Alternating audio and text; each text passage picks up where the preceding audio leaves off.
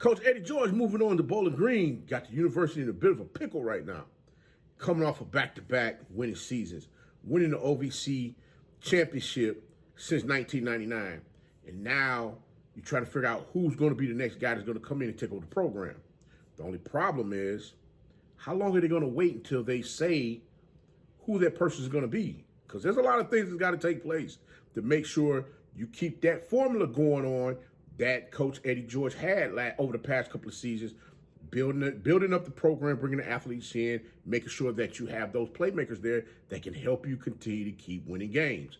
Now, spring football is around the corner. Transfer portal is going to open up again.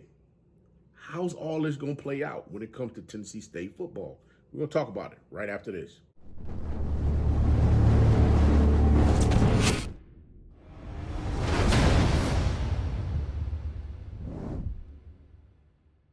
Where's your favorite coach back at it again? 10 toes down, about to tell you how it all went down. This is Tomorrow League Sports Network with your host, Coach Walker. If you're new to the channel, please like, share, subscribe. Hit that notification bell so you can get all upcoming videos. For all my leaders out there, welcome back. Y'all know the drill. Y'all know the routine. If you haven't done so already, please like, comment, and share these videos. And tap in a friend or two and tell them to come on in. It's nothing but positive vibes. We're just having a good time talking about HBCU sports. And don't forget, you can follow us on all social media platforms. The links are listed down below in the description. So without further ado, we'll go ahead and jump on in this thing. Because you're like, Coach, what's your take on all this? Listen, here Coach Eddie George busted the move to go to Bowling Green. I said, hey, that's a pretty good move for him. He's going from FCS to FBS. Why not? I mean, he owed it to himself to go take on another opportunity to see, exactly what he could do on that higher level when it comes to coaching and building a program that's going to get out there and compete, kind of like what he did at Tennessee State over the past couple of years. Looking at what he's been able to accomplish, coming in as a first-time head football coach. I mean, he had to get out there, hit the ground running. Initially, when he arrived at Tennessee State, getting the recruits, bringing them into the program so that they can compete, and he can see exactly what he needs to further build that program up for them to get out there and have winning seasons. Well, things turned out pretty daggone good for them last season. As I stated previously, they won the OVC this past season, the 2024-2025 football season. They won the OVC, and now the question that everybody was hoping to see, what can they do come this upcoming season? Well, they're not going to, people are going to see what Tennessee State is going to do, but it's not going to be with head coach Eddie George at the helm because he decided that he needed a change. Now, one thing I can say about Eddie George making a change, many of us have looked at coaches being around as lifers, kind of like the Eddie Robinson over at Grambling State. Coaches of that magnitude, coaches of that stature, where they would stay with one place, till their careers was over with. It's not like that anymore.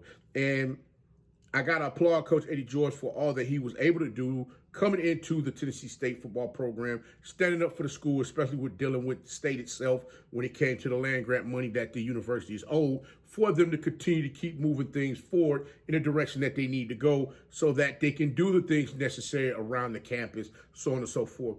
And right now, there's been some financial struggles that the university has been dealing with, and which they've been embroiled in a financial battle with the state over the monies that they're owed, because people are starting to look at HBCUs as if they're not that vehicle that has helped individuals get educated for them to get out here in the workforce and be efficient, or be have the necessary tools for them to get out here and do the jobs that people are looking to hire individuals to come in and do. And I got to say, like I said before, I got to give Coach Eddie George his props on all of that, because he did go, stand up and say, hey, listen, y'all need to go ahead and fix this and get this together. But again, this is going on deaf ears with a lot of people, that they understand that the amount of money that's owed to the university, I'm sure if they had to go ahead and pay that money up, they'd probably bankrupt the state. And the state understands, the state knows what they're doing is wrong.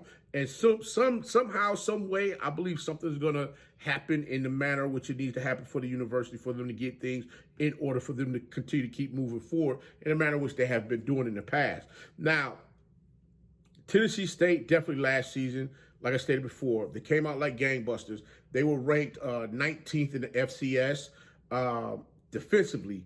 Their defense, I mean, they were out there holding teams under, was it 300 points? Not 300 points. Holding teams under, holding teams a little over 300 yards per game. They got some phenomenal athletes that was on the defensive side of the ball that since Coach Eddie George has decided that he's going to leave, they're now taking their talents and jumping into the transfer portal. So you got to ask yourself that question: what's next? What will happen with this team? Will they be able to keep the necessary pieces in place for them to be able to get out there and compete? Because, I mean, think about it. When you're losing playmakers like Jordan Hilton, who was a All-American Buck Buchanan Defensive Player finalist this past season, he had 20 tackles for the year, 1 interception, 1 forced fumble. You had Eric George, Coach Eddie George's son. He had 52 tackles, 12 tackles for loss, 5 sacks, 9 quarterback hurries, and 1 forced fumble. You had Roe Abercrombie. He had 2 tackles. He only played in, a handful of games this past season, so he really wasn't able to get his feet wet. But the time that he did get in the game, he tried to make do, whatever it was that they needed for him to do to be successful out there on the field. Jalen McClendon, another young man, he had 60 tackles, 1 tackle for loss. He had 1 interception, 15 pass breakups. I mean, these guys are out there putting in work.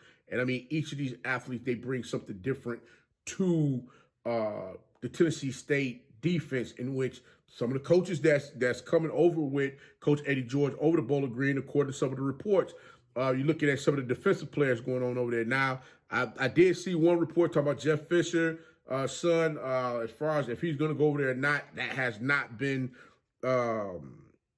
verified as fact that he's going to go. I hope that he does. I did see one report out there where they did say that he's going, so we're going to see exactly how that goes. So like I stated before, there's a lot of, tug of war going on, so to speak, as far as who's going, who's staying. He's trying to figure out what he's going to do as far as with his offensive coordinators. I think the coach that came from, was it University of University of Tennessee Martin, I believe he's supposed to be going as well. So we're going to see how all of that's going to turn out. But again, when you look at all of the assets that Coach Eddie George was able to bring into that program from when he initially started, where I believe it was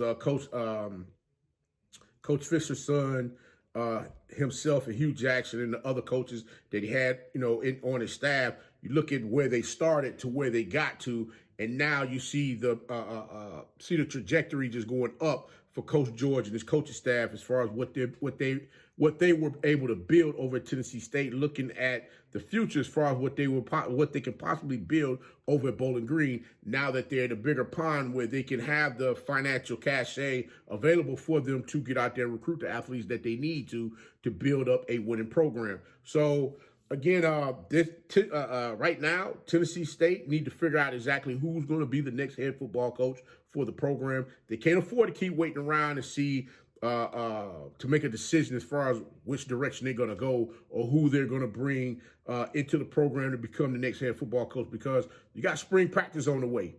Spring practice on the way, and the transfer portal is going to open up within the next month. So again, you have to have a coach who's going to be able to come in there, hit the ground running, kind of sort of like head coach Eddie George when he first arrived at Tennessee State, where he had hit the ground running, started recruiting athletes, bringing them to the program to build that program up to be somewhat competitive his first season as the head football coach. Again, Tennessee State has some phenomenal athletes over there on that team. And right now, a lot of them are trying to figure out what their best plan is going to, what their best course of action is going to be, if they're going to stay or if they're going to leave. So right now, as I stated, those 4 individuals that I did read off to you, each of them has decided that they're going to take their talents, go elsewhere. They are in the transfer portal. So I hope Tennessee State finds that coach that's going to be able to come in there, maybe be able to talk to a couple of these guys and see if they can get them to stick around and continue to keep playing ball at Tennessee State while they, continue to finish up their collegiate football career. Then again, like I stated before, with everything that's going on with NILs and collectives and things of that nature, these athletes are looking to see how they can, benefit from their name, image, and likeness. And I think that's going to be key as well. So if Tennessee State, I don't want to misspeak and say that they don't have a collective or NIL in place, and then it ends up being that they actually do. If they don't, I'm hoping someone is saying, hey, let's get together, put a collective together for Tennessee State football or Tennessee State sports and get some things rolling, because right now, how everything is looking when it comes to HBCUs, if we're not willing to go ahead and put the necessary muscle and effort behind what we're talking about or what should be done, no one's going to do it for us. So we got to take that initiative and get out there and make it happen. But guys, I just want to go ahead and touch on that because that was something that I just kept seeing. These players just kept popping up over and over and over again. I'm like, wait a minute, what's going on here? I mean, player after player after player all of a sudden have entered the transfer portal. And then again, these 4 individuals that jumped into the transfer portal, they could very well be getting ready to take their talents over to Bowling Green to go play for their coaches who they feel comfortable with, and they feel that they can get them to the next level, which is going on to play on a professional level once they're done with collegiate football. So guys, leave your comments down below. Let me know what your thoughts are on all of this and how everything is going to turn out, especially for Tennessee State. What do you think? Who do you think is going to be the next head football coach for them? I did hear some rumblings about a coach over at one of the I'm just going to say over at Georgia State. It's not Hugh Jackson. I was hearing rumblings about a possible coach over there. I'm not going to name the guy because until it hit and say that it's so, that it's him, then I'll say that name at that time. But I did hear that there was an individual over there that may be interested as far as wanting to coach at Tennessee State. So don't know exactly who this person is going to be. Again, Tennessee State's holding their cards close to their vest, which that is their right to do as far as making sure they dot all their I's across all their T's before they name a coach that's going to come in there and take over the program. But guys, again, leave your comments down below. Don't forget to like, share, subscribe to the channel. I appreciate you for tuning in to another episode of Tomorrow Sports Network. But like I always say, be the one and lead.